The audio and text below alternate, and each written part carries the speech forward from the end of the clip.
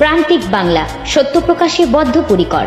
এটা যখন স্কুলে যেত, এই যে বাবার বয়সী বা কাকার বয়সী যে লোকটা, এই প্রত্যেকটা মেয়েকেই বলতো যে তোমাকে আমার ভালো লাগে। সবাই বুঝে যেত যে এই 30 বছরের ছেলে। আর একটা ওই ছেলেটার একটা সবচেয়ে বড় গুণ বলতে পারো, যেটা অন্য কারোর মধ্যে ছিল না, সেটা হচ্ছে সেটা সকাল থেকে মদ খাবে, রাত পর্যন্ত মদ খাওয়া শেষ করবে। এটা ছেলেটার সবচেয়ে বড় গুণ ছিল। বাল্যবিবাহ নিয়ে সচেতনতা শিবির হলো নামখানা ব্লকে। একবিংশ শতাব্দীতে সুন্দরবনের মতো প্রত্যন্ত অঞ্চলেও বাল্যবিবাহের মতো সামাজিক ব্যাধি দেখা যায়। বিশেষ করে করোনাকালে লকডাউনের পর থেকে বাল্যবিবাহ বেড়েছে।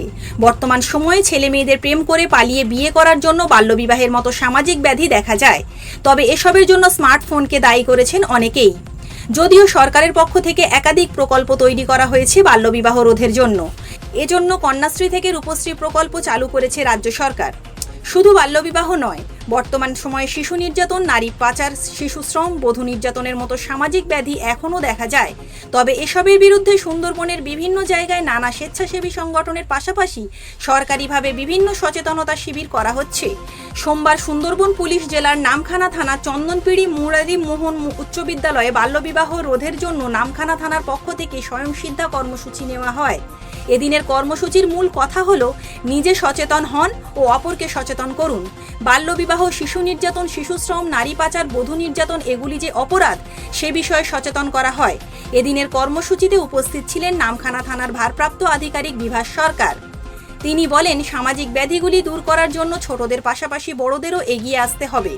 আগামীতেও এই রকম কর্মসূচি গ্রহণ করা হবে থানার পক্ষ থেকে। শিবিরে উপস্থিত ছিলেন স্কুলের ভারপ্রাপ্ত প্রধান শিক্ষক সন্দীপ কুমার গোল। চন্দনপিড়ি মুরারি মোহন উচ্চ বিদ্যালয়ের ছাত্রীদের নিয়ে পালিত হয় এই কর্মসূচি। এই বিষয়ে স্কুলের ছাত্রীরা বলেন, আজ আমাদের স্কুলে বাল্যবিবাহ রোধে সচেতনতা শিবির স্বয়ংসিদ্ধা করা হলো।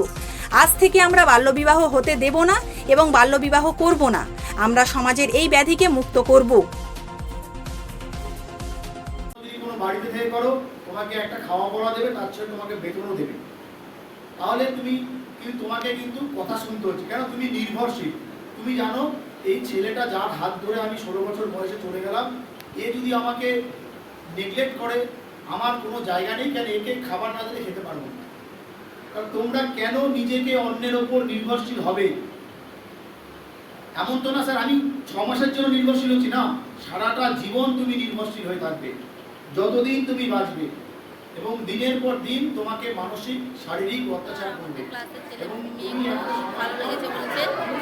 আমি বলছি যে আমরা সত্যি খুব খুশি যে আমাদের এই থানার ওসি সাহেব যে আমাদের কথাগুলো বললো, আমার খুব ভালো লেগেছে। আমি চাই আমি নিজেও সচেতন হতে আর সবাইকেও সচেতন করার চেষ্টা করব, এই শপথ নিচ্ছি। আর নাম সোনালী সিং। নামখানা থেকে রবীন্দ্রনাথ মণ্ডলের রিপোর্ট, প্রান্তিক বাংলা।